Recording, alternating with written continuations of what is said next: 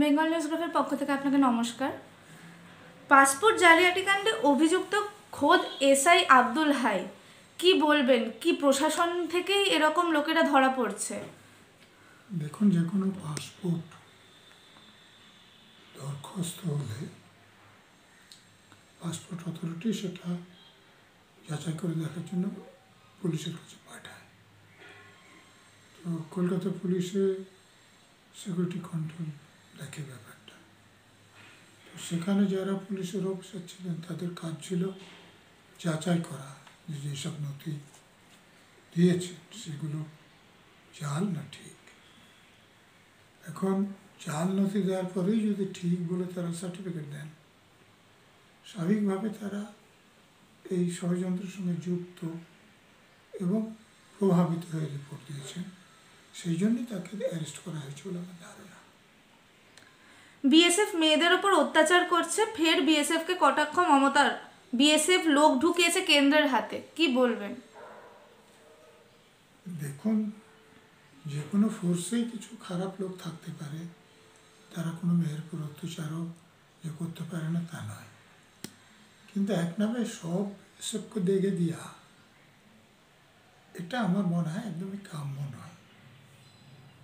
আর বিএসএফের দু একজন অফিসার যে অসৎ থাকতে পারে না তাও না, এবং তারা অর্থের বিনিময়ে বা অন্য কোনো কারণে অসৎ কাজও কিছু করতে পারে, কিন্তু সামগ্রিকভাবে সব বিএসএফের লোকেরা এরকম অপরাধ করছে এটা বলা কাম্য নয়। কারণ যতক্ষণ না প্রমাণ হচ্ছে যে সে কোনো অপরাধ করেছে, ততক্ষণ ধরে নিতে হবে যে সৎভাবে কাজ করছে। নেতাজি বা প্রণব মুখোপাধ্যায় দল তৈরি করতে পারেননি, নেতাজি যা পারেননি করে দেখিয়েছেন মমতা বন্দ্যোপাধ্যায়, উক্তি কুণাল ঘোষের, কি বলবেন? দেখুন, কুণাল ঘোষকে কি আপনারা আমার থেকে কম জানেন? কুণাল ঘোষ তো যখন পুলিশ তাকে অ্যারেস্ট করবে এরকম একটা সম্ভাবনা ছিল, তখন তিনি কীভাবে কান্নাকাটি করছিলেন আর কীভাবে কথা বলছিলেন সেগুলো আপনারা দেখেছেন। তবে পুলিশ যখন অ্যারেস্ট করেছেন, পুলিশের লোকেরা গাড়িতে চাপড় দিচ্ছে, সেসবের মধ্যে তিনি কী কথা বলছিলেন সেগুলো আপনারা জানেন। তিনি তো কথা বলেছেন যে সারদা মিডিয়া সেলের সুবিধা সব থেকে যিনি বেশি পেয়েছেন তিনি মমতা ব্যানার্জি। মমতা ব্যানার্জি কাপুরুষ, তাকে গ্রেপ্তার করে তার সামনাসামনি বসে জেরা করা। এখন এইসব কথা তিনি ভুলে গিয়েছেন, এখন অন্যরকম কথা বলছেন, আবার পরিস্থিতি পাল্টালে অন্যরকম কথা বলবেন।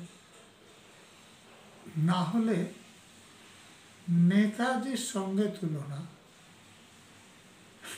আমার ধারণা কোনো বাঙালির পক্ষে করা সম্ভব নয়। মাথা কিছু হয় গণ্ডগোল থাকতে হবে, না হলে কিছু দ্বারা প্রভাবিত হতে হবে। দিল্লিতে গত 6 দিনে 9 জন অনুপ্রবেশকারী গ্রেফতার, কি করে এত অনুপ্রবেশ ঘটছে প্রশাসনের চোখ এড়িয়ে? দেখুন, সীমান্তে যারা সীমান্তরক্ষী বাহিনী আছে তাদের দেখার কথা। তারপর এসে যখন কোনো গ্রামে বা শহরে থাকছে, তো সেখানে তাদের খোঁজ তো স্থানীয় যে ইন্টেলিজেন্স ব্রাঞ্চ আছে বা স্থানীয় পুলিশ আছে তাদের দেখার কথা। অর্থাৎ যাদেরকে ধরা হয়েছে তারা সত্যি যদি অনুপ্রবেশকারী হন, তাহলে তারা ঢুকেছেন এবং একটা অঞ্চলে গিয়ে বসবাস করছেন, আগে তাদের কথা জানা যায়নি। বলুন। মমতা বন্দ্যোপাধ্যায় প্রশাসনিক বৈঠকে বলছেন পুলিশের কোনো লবিবাজি চলবে না, তাহলে কি উনি এতদিন ধরে সবই জানতেন, এখন পরিস্থিতির চাপে বলতে বাধ্য হচ্ছেন এই কথাগুলো? দেখুন, মমতা ব্যানার্জি যেসব কথা বলেন তখন আমার মাঝে মাঝে মনে প্রশ্ন জাগে যে উনি এখন মুখ্যমন্ত্রী, পুলিশ মন্ত্রী, না বিরোধী দলের নেত্রী। উনি পুলিশ মন্ত্রী হয়ে একজন পুলিশ অফিসারের নাম করে বলছেন যে ওই এসপির অপদার্থতার জন্য এই অপরাধটা ঘটেছে। তো এসপিকে নিয়োগ কে করেছে? তাকে পদে কে রেখেছে? তো তার যদি অপদার্থতা থাকে, তাহলে যিনি সেই অপদার্থ নিয়োগ করেছেন তিনি তো বেশি অপদার্থ।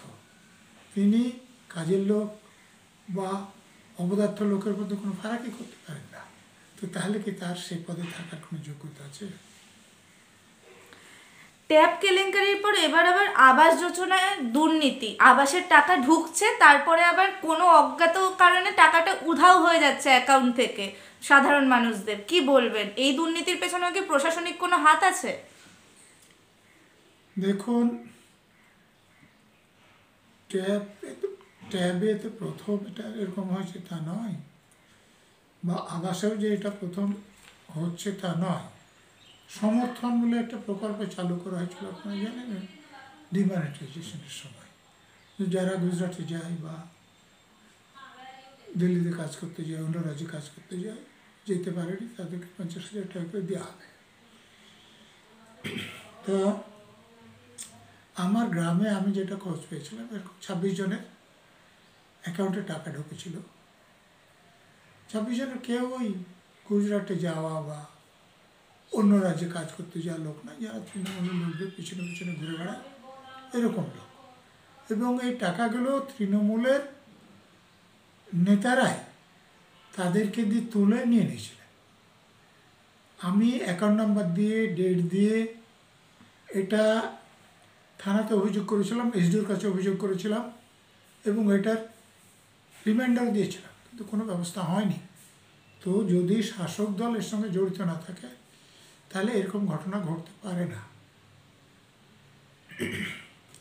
এত অনুপ্রবেশকারী ধরা পড়ছে, বাংলায় ঢোকার সঙ্গে সঙ্গে তারা পরিচয়পত্র পেয়ে যাচ্ছে নতুন, তাহলে কি বাংলাকে তারা কোনোভাবে সেফ জোন হিসাবে ইউজ করছে? অন্য কোনো রাজ্যে যে এরকম ঘটছে না সেটা আমি বলতে পারবো না, তবে এখানে ঘটছে। দেখুন, যে একজন লোক সে বাইরে থেকে আসলো, তার আধার কার্ড হয়ে যাচ্ছে, ভোটার কার্ড হয়ে যাচ্ছে, তারপরে তার পাসপোর্টও হয়ে যাচ্ছে, ভোটার লিস্টে নাম উঠছে, সে ভোট দিচ্ছে।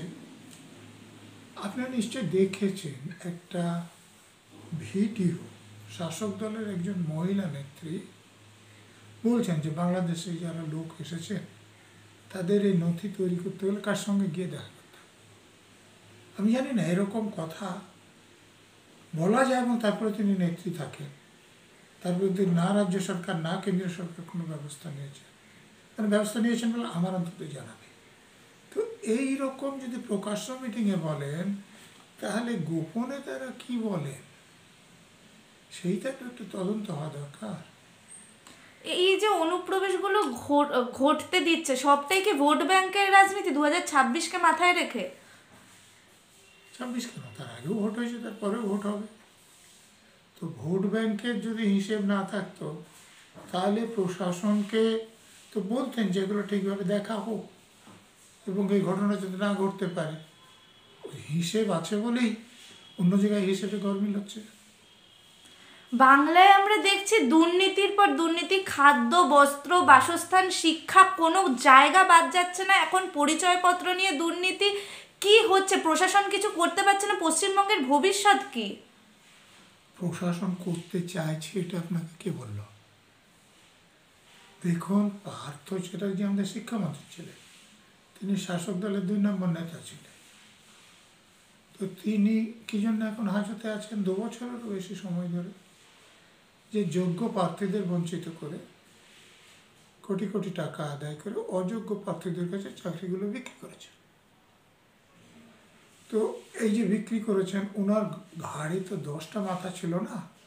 মমতা ব্যানার্জি যদি অন্তত অনুমোদন না থাকতো, তাহলে পার্থ চ্যাটার্জি এই কাজটা করতে পারতেন? অনুমোদন ছিল, সেটা মমতা ব্যানার্জি নিজেই প্রমাণ করেছে।